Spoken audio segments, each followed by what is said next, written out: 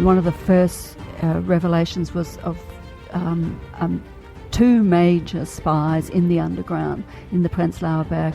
And there were two figures, particularly one figure, Sasha Anderson, who was thought to be one of the scene's talented, avant-garde, hippest poet. Welcome to Cold War Conversations.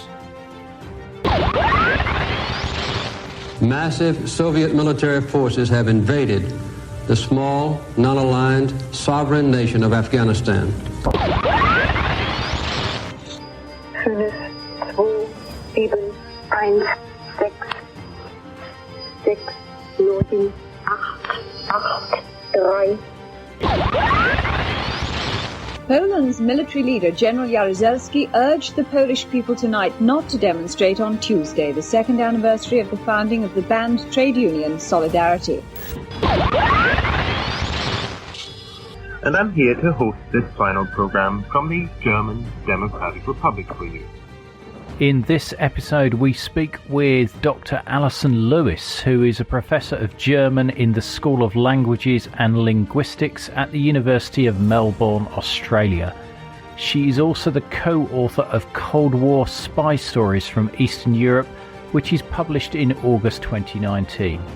Now, several of our fans are proud owners of a Cold War Conversations coaster, a gift from me to thank them for helping the podcast financially. For the price of a couple of coffees a month to cover the show's increasing costs and keep us on the air, you can get a coaster too. Just go to patreon.com/coldwarpod. That's patreon.com/coldwarpod. Now back to today's episode. Dr. Lewis is also the author of The Art of Betrayal, Prenzlauer Berg and State Security, published in 2003. This tells the story of the alternative writer and artist scene in Prenzlauer Berg, East Berlin, in the early 1980s, and its infiltration by the Stasi. We did have a little bit of a problem finding somewhere to record this, so we're now in Manchester Central Library in a quiet corner, but you may hear some piano music in the background if somebody goes on the piano that's around the corner, but that's atmosphere, I think. I know that in one of your pieces of work you wrote about this Stasi's penetration of the underground literary scene in Prenzlauer Berg. Can you tell me something about that? Well, when the war came down and the Stasi files were rescued and then sort of secured and started to be opened, one of the first revelations was of two major spies in the underground, in the Prenzlauer Berg. And there were two figures, particularly one figure, Sasha Anderson, who was thought to be one of the scene's talented, avant-garde, hippest poet. And, you know, everybody, and it was interesting, when I was there in the 80s, everybody was in the underground that I met was talking about him, about what a cool dude he was, and how he'd done such amazing things for the East German underground and for this forgotten generation of poets. And it turned out he was a spy. And that sort of has been one of my major interests for the last 20 And years. what was his motivation for that? Wow. Was it an ego trip? Oh, he's such a complex character. I'm still trying to work it out. I have read his 11-volume file. It disappeared for 10 years, and it appeared in duplicate because everything was in duplicate or triplicate. And what was his motivation? Oh, he was confused. He was blackmailed. People don't like to talk about that much, but he actually was. He tried to get rid of the Stasi for about 5 years. They turned up on his doorstep. He just said, "Don't want to have anything to do with you. I'm not interested in you." This is all written down verbatim. Right. Be doesn't say this. It's all in the files. He told us he was not interested in working for us. He told us that he had a job. He did not want to be a spy. But he doesn't tell us that. So you can see what sort of confused, sort of what a complex character he is. Yeah, because I guess once you give them one piece of information to them, they've got that hold over you. And then, and the position that he's in, where he appears to be this avant-garde, almost dissident-like figure, and for them to then, tell people, well, he's actually working for. Well, that would be the fear, I presume, with the blackmail. Was that the basis of the blackmail, or was it something different? Well, he'd been in prison for forging a check. He put a 0 in front of in a figure, and so they arrested him. So it's a lot more simplistic than I thought then. When I say blackmail, I suppose, no, he wasn't blackmail. Well, let's say he was coerced. They wore him down. It was a war of attrition for about 5 years, and he said, "Oh, all right, I'll meet with you." But it was only if he could sort of meet his own objective. So he thought he could have his cake and eat it too, and he thought he could keep things separate. And he was and I really do believe he was quite a genuine member of the underground. He promoted himself, a bit of a narcissist, but he promoted the people he liked. But he ended up promoting a whole swag of young poets who were banned. They had no voice in the East. And so, but of course he betrayed them all at the same time. And so, but there is this sort of belief among some people that he protected them to a certain extent, because they couldn't arrest them all, because they'd have to arrest their own informant.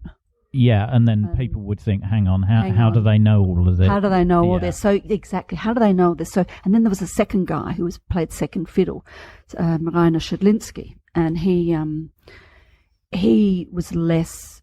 He was genuinely blackmailed. Although that's still not. Yeah, he was in an institution and he was in hospital, and it's less clear about that. Though he had to invent a legend, a legenda, which is sort of like your cover story.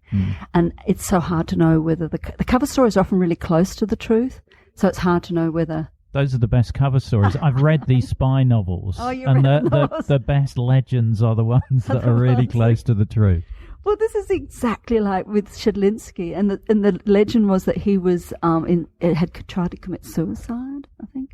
He was in hospital and then, was blackmailed because of that, and so yeah, I sort of do believe that. But on the other hand, I think maybe he was an opportunist, and so I think these are often opportunists, and that think, I'm going to get a little leg up somehow or other through just having a few little secret channels to people the Stasi seems to know what's happening. If I meet with them, then I might find out whether I'm likely to be arrested or if what I'm doing is legal or illegal. So for them, it was the knowing where if the state was going to pounce on them because they were producing so-called illegal pamphlets and anthologies, but they flew under the radar because they didn't have to go through the censorship. So they could check whether this was actually legal or illegal. Right. So none of these guys were getting specific privileges like access to hard currency shops and things like, or access to hard currency and things like that. Well, they were being paid. So they did get something like, between 200 and 500 marks. So they were getting paid. So what they did with that is, I don't really know. But I mean, a lot of them in the undergrad had friends in the West, and so they would come over the border bringing them, newspapers, the Spiegel, anything that they wanted to read. And so you didn't really need to work for the Stasi, and then your rent was free, your transport was free. You didn't really, and you didn't have it. You lived a bohemian lifestyle. You didn't need expensive clothes; just needed a pair of jeans. Yeah. I mean, I interviewed a number of episodes back an English woman who was a teacher in East Berlin, and she said that it was difficult to almost spend the money that she had because. Well, there wasn't a lot to spend it on, but food was just incredibly cheap. Transport was cheap, and when I got on a tram with someone that I was visiting who was also in the underground, he said, "Oh no, you don't pay. Nobody pays." And I just said, "Oh, okay." And everything was cheap. They had big apartments, so alcohol was cheap, food was cheap. So I don't know. I mean, these things, their money. They didn't do it for the money. They did it for the sort of the knowledge advantage, I think. So you met with this underground scene when you were there in 86? Well, I did. I when I was supposed to be studying in the library, reading up about, well, there wasn't much literature in the library that I really needed, and so I had the name of someone who was a poet, and given to me by a West German poet, and so I couldn't find him because he wasn't in the phone book because he didn't have a phone, and then I eventually found his wife's parents, and that's pretty good going without the internet to be able to track somebody down that way. That's pretty good espionage. It was. I'm actually should be quite proud of myself because I think I had to walk a lot. I remember walking and I'd knock on doors saying, I wanted to. Oh, this is straight out of Le Carre and Len Dayton now. And I ended up going through these Hinterhöfe, the second courtyards, and they ended up with the ex-wife's parents, and they were very interesting. And so I ended up finding this person, and he then took me to all his friends, and they were all unemployed. They had all been arrested once or twice, interrogated once or twice, and released. And so this was the other side of my experience, where I discovered that you could live on the other side on the sort of the dark side. Almost off the grid. Off the grid, yeah, you could live off the grid. They did. They had. That's right. They all lived quite well. One of them said she did a lot of posing for posing in the nude for photography, and did and drove trams, although she was a trained vet and things like that. And unbelievable. Unbelievable. There's a paper in that. Tram driver come art model. Art model. Come vet. Come vet. So so I did, and then the person I met, the poet, told me about Sasha Anderson, who by this stage was in the West because he had left, and he just praised him and said, "Oh, you shouldn't read that old feminist poetry. You should read this cool current poetry." And I thought, I thought, I'll have to really get into this one day. And then I did, but it was because I discovered he was a spy. Not my friend, but Sasha Anderson was the spy. So did you actually meet Sasha Anderson? No, unfortunately I didn't. I didn't meet him. I did meet Roland Jahn, who's now head of the Stasi Behörde. I met him very briefly at, would you believe, this is a good story. We like good stories. Keep going. Right. Keep going. I'm sorry to go on. Because I was in East Berlin, I wanted actually to go back to West Berlin to see my cousin, but I heard there was a Wolf Biermann concert, his 10th anniversary of being kicked out of the East, and everybody's saying, well, you've got to go. So I wanted to go back, and so I managed to get this multiple re-entry visa. So I went to the Wolf Biermann concert, and I think I touched base with Roland Jahn, but I recorded it on my on my Walkman, very 80s. Brilliant bootleg. My bootleg recording of Wolf Biermann concert. That's right, and I have no idea what I did with it. I lost my bootleg recording, and then I went back on that same evening. I went back to the East with my bootleg. I don't know quite what I was thinking, whether I thought this was a smart thing, a brave thing to do, or whether I just didn't think. I wasn't searched or anything, but I went back to my friend and said, I've got some tapes and stuff. He wasn't all that interested. I think at that point he thought, you can't trust her. If I give him my bootleg, she might be might be a provocateur. Yeah. And so I did start to realise that maybe I was just being really, really naive, and he might think I was some sort of agent. But I was coming and going. Yeah, I came and went, and freedom, really. Nothing really happened to me at all. Yeah. Well, they probably hadn't heard many Australian accents in East Berlin, so they probably thought it was some wonky training of English or something. I don't know. I don't know what they thought. As I said, I don't think I have a Stasi file, but I should one day try to find it. I really don't think they had the resources, but who knows? I was hanging out with these people who've got quite fat files. Yeah. Well, I mean, and have you looked at their files? Yes. And there's no mention of you in there. Me. And your Wolf Bierman tape. Have my Wolf Bierman?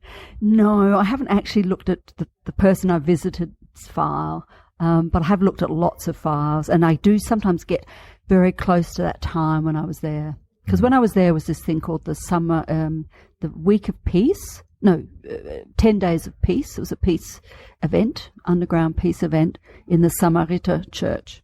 So I went along to that every night. And most of the people there would have been, well, a lot of them probably would have been under some sort of surveillance. Not all of them.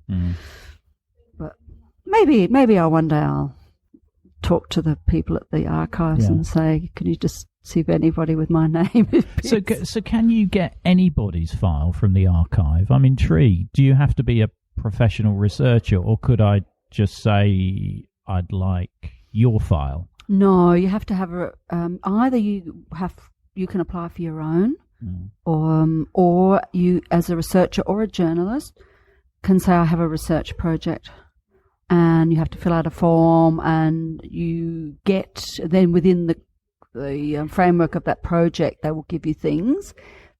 But if it's outside of the orbit of the project, they won't. Well, Cold War Conversations has a very broad remit, so maybe I'll give it a go.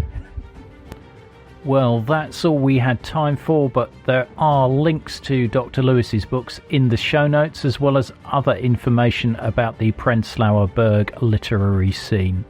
We also have an episode on Dr. Lewis's new book, Cold War Spy Stories, coming up in the next month or so stay tuned for that. The show notes are at coldwarconversations.com/the episode and the number 71. Now, I am putting together a special 30th anniversary episode on the fall of the Berlin Wall. So if you have any accounts you'd like to share on the show, do email me at ian@coldwarpod.com. That's ian@coldwarpod.com. And if you can think of anybody who has a great story to share, then do put them in contact with me. If you like what you're listening to, you can really help us by leaving reviews on iTunes, Stitcher, our Facebook page, or with your favourite podcast provider. This really helps us raise our profile and get new guests on the show. If you can't wait for the next episode, do visit our Facebook discussion group where our guests and listeners like yourselves continue the Cold War conversation. Just search for Cold War Conversations on Facebook. We're also on Twitter at Cold War Pod and Instagram at Cold War Conversations. Thank you very much for listening. It is really appreciated. Goodbye.